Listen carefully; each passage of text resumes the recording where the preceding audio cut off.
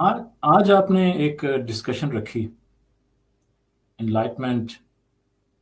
ان مسٹیسزم، تو میں یہ چاہوں گا کہ اس کی شروعات آپ کیجئے،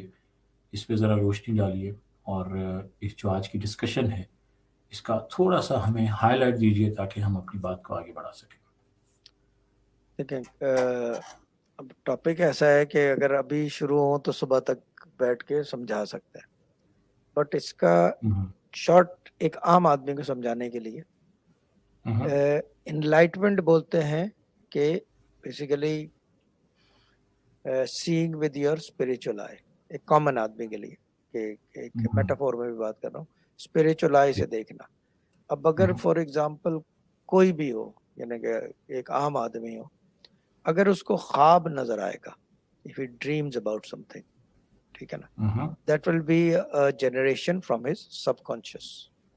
ہوں، ٹھیک ہے نا۔ اور وہ خواب اگر ہے کہ گاڑی میں جا رہا ہے، وہ خواب ہو گیا، ٹرک میں جا رہا ہے، خواب ہو گیا، کنویں میں گر گیا ہے، خواب ہو گیا ہے، could be anything، بٹ اس کے ساتھ ساتھ اگر جو وہ خواب دیکھے اور within 2 days 3 days or maybe a week or maybe a month وہ چیز حقیقت میں بدل جائے، ٹو سی ہوں، اینڈ کریٹ، اس نے خواب دیکھا اور وہ کریشن میں آ گیا ہے، تو پھر ہوں، اس کا مطلب یہ ہے کہ ہو سکتا ہے there is a possibility that that person is enlightened or in simple lame words intuitive